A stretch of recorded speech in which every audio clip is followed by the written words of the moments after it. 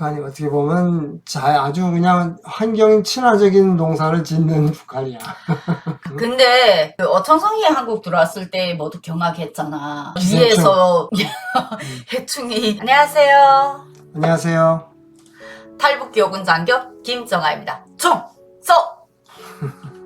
네, 오늘 이 시간에는 북한이 항상 이 겨울에 피새해 연초에 항상 하는 게 있어요. 그것이 뭐냐면 바로 퇴비 생산. 옛날에 5, 60년대에 한국은 퇴비 생산 어떻게 했어? 지금 기억나는 것이 내가 초등학교 다닐 때 60년대 그때는 이제 새마을 운동하기 전에 기억나는 것이 그 농촌 지도소 직원들이 또 면서기들 배고픈 사람이 없어야 된다 그래가지고 식량 증산을 엄청 애를 썼어. 그래가지고 퇴비를 적극적으로 이렇게 막 장려인데 거의 뭐 반강제식이라 그게 몇 년도지? 한 60, 한 5, 6, 7, 8. 그럼 그게 사라진 거는 언제쯤이야? 그 당시에 이제 70년대 들어와서는 이제 그게 차츰 사라졌어.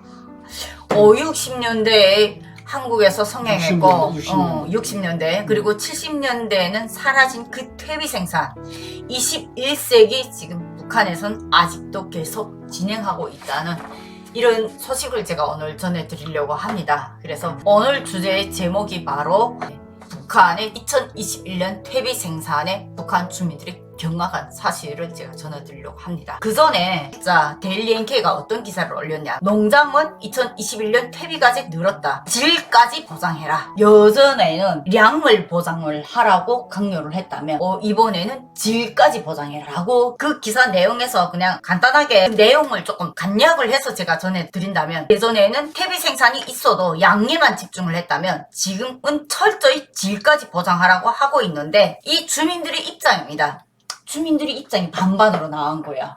지금의 나라면 아이씨 미친놈들라고 했겠는데 북한 주민들은 왜 입장이 반반일까? 이 이유가 여기 마지막에 짤막하게 뭐라고 나왔냐면요. 일단 당국의 결정을 따르는 부류는 2010년도의 초와 비교해 생산량이 좋아진 모습을 지켜봐왔던 주민들이라고 합니다. 이 퇴비 생산의 질을 보장하라 라고 요구하는 당국의 지시에 찬성을 표하는 주민들의 입장인 거지.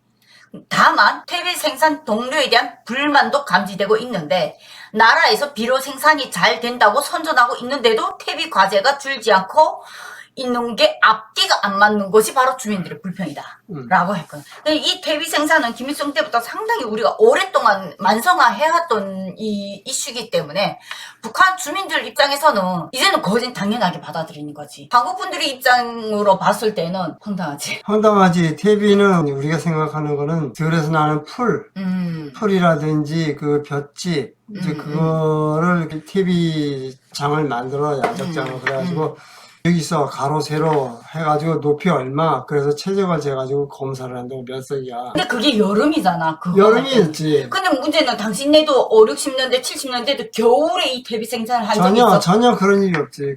근데 난 이해가 안 되는 게 겨울에 어떻게 퇴비 만들어? 그 얘기 조금 뒤에서 얘기를 하고 그 다음 기사가 뭐냐면 새해 첫 과제는 역시 퇴비 전투.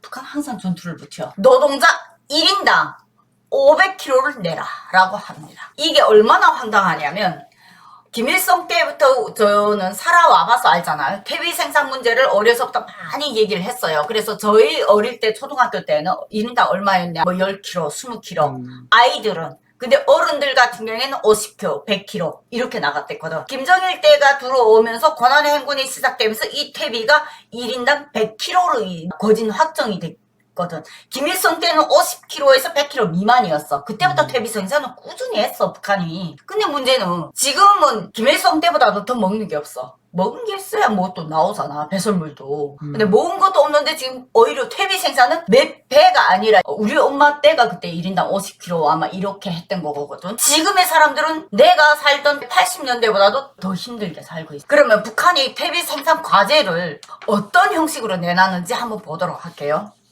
새해 퇴비 생산 과제는 4일부터 10일간 집중적으로 진행된다면서 공장 기업소 노동자 1인당 500kg, 이민방 세대당 150kg의 퇴비 과제를 열흘간 수행해야 한다고 설명했습니다. 1인당 100kg, 300kg의 수준이었습니다. 예전에는. 근데 이게 더 경악한 게 뭐냐면 4일부터 10일이라고 지금 딱 찍어놨거든. 난 그 이해가 안 돼, 전혀. 어떤 부분이 이해가 안 돼? 일단 퇴비가 우리가 이게 생각하는 건 퇴비가 아니고 북한에서 퇴비는 어떤 걸 가지고 퇴비라고 하는지 모르겠고 지금 당신이 아까 5, 60년대에 말했던 이렇게 면에서 뭐 규격을 재서 한 거는 그건 농촌들에서 여름이면 풀도미를 막 쌓아놔서 퇴비가 쌓아놓게 되면 그게 이제 여름 내 거 그게 썩어서 이제 겨울에 퇴비가 된다는 소리잖아. 내가 보기에는 그거 북한이 말하는 퇴비는 여기서 말하는 시내 노동자들이 나왔잖아. 노동자들 같은 경우는 거짓 인분 퇴비. 인분도 퇴비라고 그래? 그리고 하수도 있잖아. 하수구 찌꺼기. 하수구 찌꺼기도 싹 다 건져내서 그게 끌어내게 되면 이게 얼잖아, 겨울에는. 여름 같은 경우에는 인분을 들고 나라는 게 도시 자체가 냄새 썩은 내 나고 막 이러잖아. 근데 겨울에는 인분도 다 얼거든. 그럼 언덩어리를 다 들고 날라야 되거든.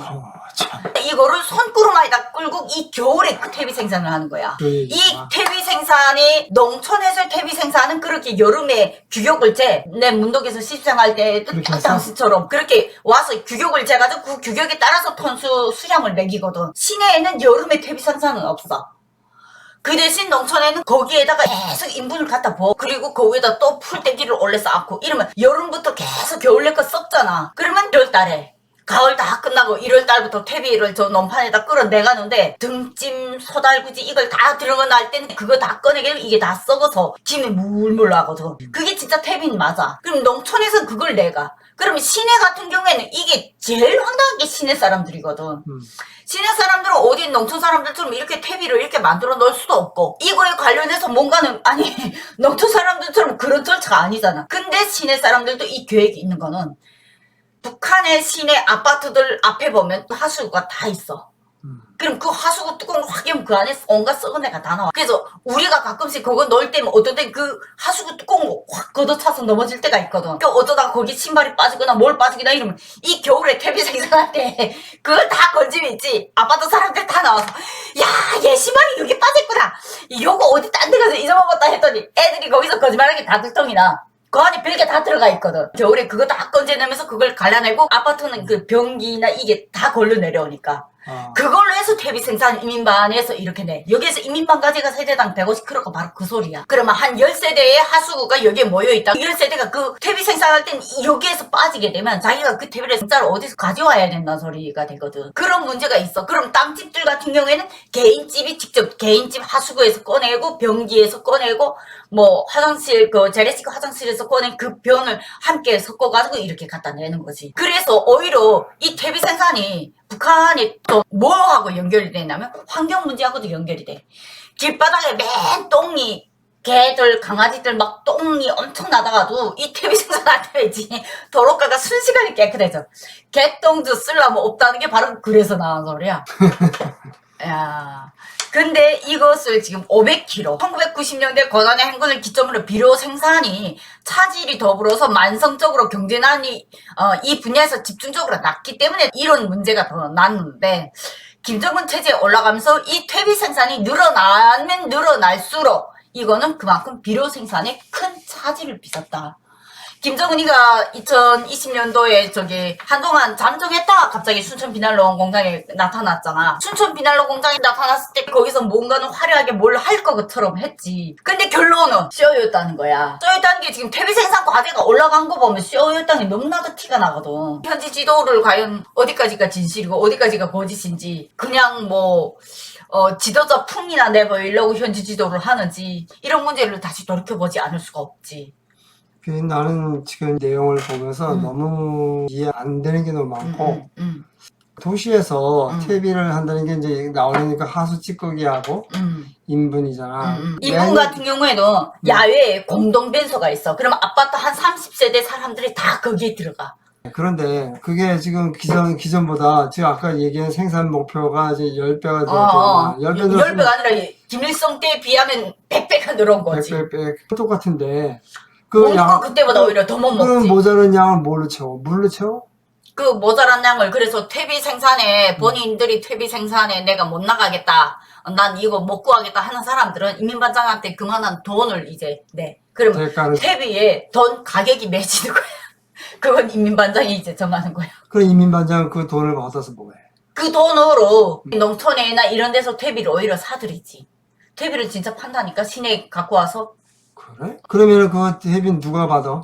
응? 누가 그 어디다가 그런 받아? 퇴비를 어. 인민반별로 그 시내 주변에 있는 농장에 분담을 해서 그럼 그 농장까지 그 퇴비를 실어 내가야 돼. 그러면 퇴비 생산에서 30세대가 있잖아. 30세대에서 20세대만 이 퇴비 생산에 참가했어. 나머지 10세대는 뭘 하냐. 이 퇴비를 우리 인민반이 분담을 받은 주변 농장까지 실어가는 운송량, 휘발유, 차 이런 거를 이제 대주고 그걸 직접 작업할 때 참가하는 사람들이 이런 결국은 인건비가 결국은 식사야 무조건 비용, 도시락. 비용. 그렇다고 한국에서 말하는 이런 알바비를 준다는 건 아니고 도시락. 그 사람들이 먹는 식사 그것만큼은 제대로 그때 인민반에서 책임지는 거지. 운반하는 그렇지 그렇지. 그러니까 그런 게 이제 분담이 되는 거야. 돈이 없는 사람들은 웬만해서 나가서 그냥 몸으로 떼고 한마디로 얘기하면 이제 도농합작이네. 도농합작. 도시와 농촌. 그러고 보니 그러네. 어? 북한이 어떻게 보면 아주 그냥 환경 친화적인 농사를 짓는 북한이야. 근데 그 어천성이 한국 들어왔을 때 모두 경악했잖아. 기생충. 위에서 해충이 그것도 20마리나 넘게 그렇게 살찐 해충은 처음 봤다고 그때 의사가 말했잖아. 이게 결국은 현실이라는 거야. 그래서 어떤 퇴비 생산 해마다 1월이면 이 퇴비 생산을 볼 때면 참 아이러니해. 한국은 이제는 그런 게 언제 있었던가 싶이 예전에 한국도 그렇게 겨울에 하는 걸 안 했는데 북한은 그러니까 처음부터 모든 거를 다 그런 식으로 지금 운영을 했다는 거지. 자, 오늘 방송 어떻게 벗었나요? 북한 주민들이 이 추운 날, 특히 올해같이 더 추운 날씨에 퇴비 생산에 내몰려서 그것도 딱 기한을 제했습니다. 우리 때는 최소한 한 달 정도 1월 한 달은 기간을 줬거든. 근데 이거를 4일부터 10일까지 그 가운데 뭐가 있나요? 바로 8차 당대회가 있죠. 결국은 김정은이 8차 당대회에 뭔가는 그 충성의 목표, 주민들은 장군님을 위해서 우리도 이렇게 합니다! 라는 걸 그 생쇼를 보여주기 위해서 가장 강추 이때 주민들한테 기간이 제한지게 되면 압박감이 더 커지거든. 이벤트 하는구만. 그렇지. 그 이벤트에 주민들이 북한의 전체 주민들의 혹사가 되는 거지. 오늘 영상 어떻게 보셨나요? 오늘도 또 이렇게 북한의 안타까운 이슈 소식을 전해드렸습니다. 오늘 영상 공감하신다면 구독, 좋아요. 네 부탁드리겠습니다. 감사합니다. 감사합니다. 저